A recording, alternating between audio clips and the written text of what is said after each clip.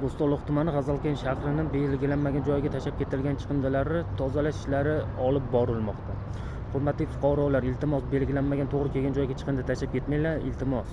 Videoni kuzatib boringlar, tozalanayotgan jarayonlarni qo'yib boramiz.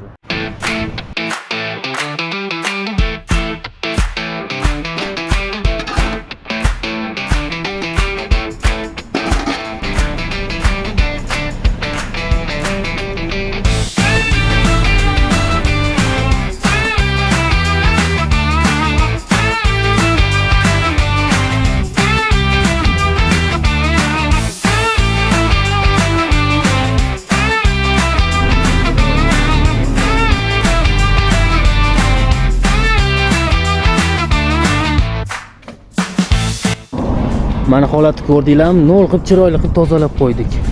Ba'zi bir befarosatlari dastidan xullas hamma yoq yurtimiz musor bo'lib yotibdi.